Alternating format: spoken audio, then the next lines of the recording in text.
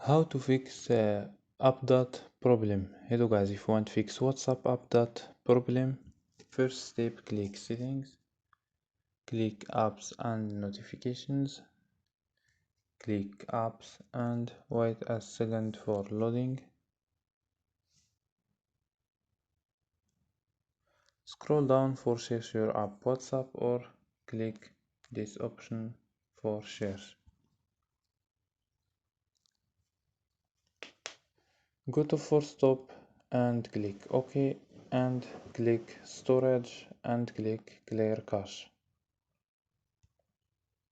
Just click clear cache and go to data and turn off mobile data and turn off Wi-Fi and turn on Wi-Fi.